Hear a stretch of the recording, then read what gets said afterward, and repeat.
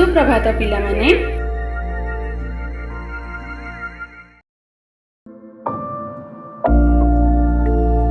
सुप्रभात पिलामाने। आज आमे तुम षष्ठ श्रेणीर इतिहास बहिर द्वितीय अध्याय रे थिबा प्रसंग सर्वप्राचीन समाज रे थिबा आदि मानव तांको संस्कृति और विकास विषय रे पढ़िबा। एही प्रसंगटी आलोचना करिबा द्वारा तुमे माने आदि मानव संस्कृतिर विशेष गुणावली को चिन्हट करिबा सह सेमानंकर विकास संपर्क रे वर्णना करि परिबो। अच्छा, तुम मानक मध्यरु किए सबु म्यूजियम देखिछ? जेउ स्थान रे अतीतर पुराना जिनिस गुडी को साइति रखा जाए ताकू म्यूजियम बा संग्रहालय कुहा जाए। कटक, भुवनेश्वर रे म्यूजियम आदि रही अछि। एबे आमे मनीष माने अतीत रे केमिति थिले से विषय रे अधिक जानिबा। एबे ई चित्रटी को देख। एई चित्रटी कहार?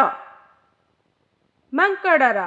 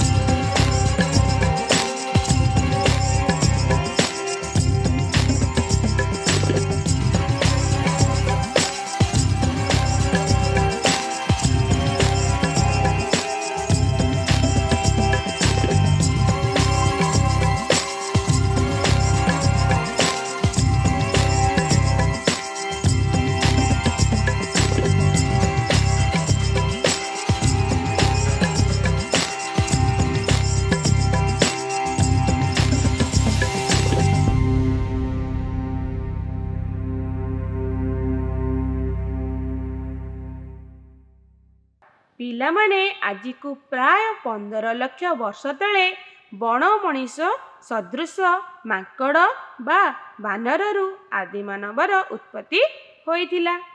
सेमाने ठार माध्यम रे निजर भाव को प्रकाश करुथिले। सेमाने जाजाबर भली एणे तेणे बुलुथिले।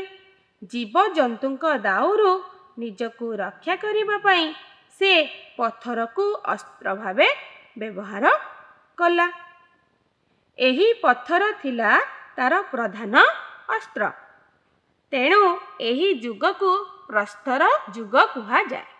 एही पत्थर रे तियारी हाथ हथियार को नेई एही जुग को दुई भाग रे विभक्त करा जाई अछि। प्रस्तर जुग को पुरातन प्रस्तर जुग एवं नूतन प्रस्तर जुग रे विभक्त करा जाई अछि। प्रस्तर जुग को पुरातन प्रस्तर जुग एवं नूतन प्रस्तर जुग नाम रे नामित करा जाई अछि। प्रथमे पुरातन प्रस्तर जुग विषय रे पढ़िबा। एही जुग रे मनुष्य खाद्य संग्रह ओ निरापत्ता पाई तीनोटी दिग प्रति दृष्टि देउथिले। प्रथम फलमूल ओ शिकार अभाव देखा दिले स्थान परिवर्तन करुथिले। द्वितीय रे ऋतु परिवर्तन अनुसारे स्थान परिवर्तन करुथिले एवं तृतीय रे पशु शिकार पाई गोटिए नदी कूलरू अन्य नदी कूल को चली जाउथिले। हाथ तियारी। अच्छा पिला माने जान सेतबेलर अस्त्रशस्त्र गुड़िक सुंदर बा चिकण नथिला, किंतु एहाकू व्यवहार करी जीवजंतु शिकार करि पारिले। पशु मानकर छाल उतारी पारुथिले। परे गोटिए शक्त पत्थरर संधान पाइले। चेन्नई निकटरू शक्त पत्थर रे तियारी एक जुगर हातुड़ी आविष्कृत होइछि। वस्त्र और बासगृह। शीत और खरारू रक्षा पाइबा पाई पशु चमड़ा बा गछर बक्कल को ବସ୍ତ୍ର ରୂପେ ପିନ୍ଧୁଥିଲା। ଗଛର କୋରଡ଼ ଓ ଗୁମ୍ଫାରେ ରହୁଥିଲା। ପରେ ନିଆଁର ବ୍ୟବହାର। ପଥରକୁ ପଥରରେ ଘଷି ନିଆଁର ଉଦ୍ଭାବନ କଲା। ନିଆଁ ଦ୍ୱାରା ଶୀତର ଦାଉରୁ ରକ୍ଷା ପାଇଲା। ନିଆଁର ଆଲୋକରେ ହିଂସ୍ର ଜନ୍ତୁଙ୍କ ଠାରୁ ରକ୍ଷା ପାଇଲା। ପୋଡ଼ା ମାଂସର ସ୍ୱାଦ ମଧ୍ୟ ପାଇଲା। ଏହାପରେ ଚିତ୍ରକଳା। ଫ୍ରାନ୍ସ, ସ୍ପେନ୍, ଇଟାଲୀ ଓ ଜର୍ମାନୀର ବିଭିନ୍ନ ଗୁମ୍ଫା ଓ ପାହାଡ଼ରେ ବିଭିନ୍ନ ପଶୁପକ୍ଷୀ, ଧାବମାନ ବଣମଣିଷ ଆଦିର ଚିତ୍ର ରହିଛି। ଓଡ଼ିଶାର ଗୁଡ଼ହାଣ୍ଡି, ବିକ୍ରମଖୋଲ, ମାଣିକମୋଡ଼, ଯୋଗୀମଠରେ ଏହି ଚିତ୍ରକଳା ଦେଖିବାକୁ ମିଳେ। ଆଚ୍ଛା ପିଲାମାନେ, ଏବେ ଆମେ କିଛି ପ୍ରଶ୍ନ ଉତ୍ତର କରିବା। ପ୍ରଥମ ପ୍ରଶ୍ନ, ବଣ ମଣିଷ ଓ ବର୍ତ୍ତମାନର ମଣିଷମାନଙ୍କ ମଧ୍ୟରେ କି କି ପାର୍ଥକ୍ୟ ରହିଛି? ଚିତ୍ର ମାଧ୍ୟମରେ ଦର୍ଶାଅ।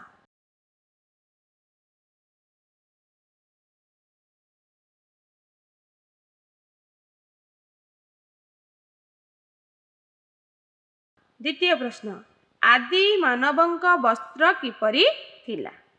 ଏହାର ଉତ୍ତରଟି ହେଉଛି ପଶୁ ଚମଡ଼ା ଓ ଗଛର ବକଳ। ଆଚ୍ଛା ପିଲାମାନେ, ତୁମମାନଙ୍କୁ ବହୁତ ବହୁତ ଧନ୍ୟବାଦ।